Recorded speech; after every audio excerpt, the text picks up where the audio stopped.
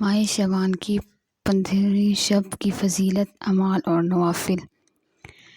رسول اللہ صلی اللہ علیہ وسلم نے ارشاد فرمایا کہ عائشہ، تم جانتی ہو اس رات میں کیا ہوتا ہے؟ عرض کی، یا رسول اللہ بتائیں اس میں کیا ہوتا ہے؟ آپ نے فرمایا، اس رات میں یہ ہوتا ہے کہ آدم علیہ السلام کی اولاد میں سے جو اس سال پیدا ہوگا اور جو اس سال میں مرے گا، اس کا مرنا اور پیدا ہونا لکھا جاتا ہے، اور جو فرشتے ان کاموں پر مقرر ہیں ان کو اطلاع دی جاتی ہے، اور جتنا جتنا رزق ان کو اس برس میں ملے گا سب لکھا جاتا ہے۔ اور اس 15ویں میں رات اللہ تعالیٰ سورج ڈوبتے ہی اس دنیا کے آسمان پر تشریف لاتے ہیں اور ارشاد فرماتے ہیں کہ ہے کوئی ایسا نیک بندہ جو ہم سے بخشش مانگے تو ہم اس کو بخش دیں، کوئی رزق مانگے تو ہم اس کو رزق دیں، کوئی مصیبت کا مارا دعا کرے تو اس کی مصیبت دور کریں۔ اسی طرح صبح ہونے تک ارشاد فرماتے ہیں، بس بندوں کو چاہیے کہ اس رات میں خوب عبادت کریں، اپنے گناہوں کی معافی مانگیں اور 15ویں تاریخ کو روزہ رکھیں، اور اللہ تعالیٰ اس رات میں اپنی مہربانی سے بے شمار بندوں کو بخشتا ہے، مگر کافر، مشرک، کینہ رکھنے والوں کو اور قاتل کو نہیں بخشتا۔ امام جعفر صادق رضی اللہ عنہ فرماتے ہیں کہ امام محمد باقر سے شعبان کی رات کے بارے میں پوچھا گیا تو آپ نے فرمایا، یہ رات شب قدر کے علاوہ تمام راتوں سے افضل ہے، بس اس رات تقرب الہی حاصل کرنے کی کوشش کرنا چاہیے۔ اس رات خدا تعالیٰ اپنے بندوں پر فضل و کرم فرماتا ہے اور ان کے گناہ معاف کرتا ہے۔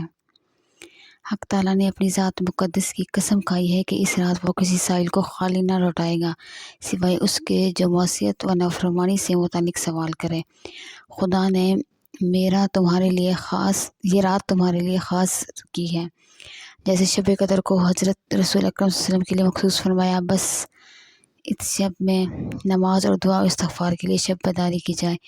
امام زین العابدین کا فرمان ہے کہ جو شخص اس رات بیدار رہے تو اس کے دل کو اس دن تک موت نہیں آئے گی جس دن لوگوں کے قلوب مردہ ہو جائیں گے۔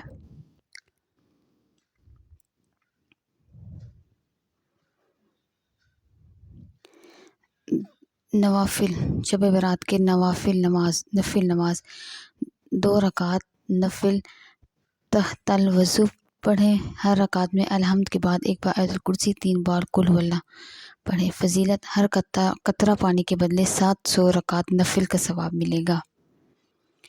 نمبر 2 رکعت اس طرح پڑھیں کہ ہر رکعت میں الحمد کے بعد ایک بار آیت الکرسی، 15 بار قل هو اللہ اور سلام کے بعد 100 بار درود شریف پڑھے۔ فضیلت، روزی میں برکت ہوگی، رنج و غم سے نجات اور گناہوں کی بخشش ہوگی۔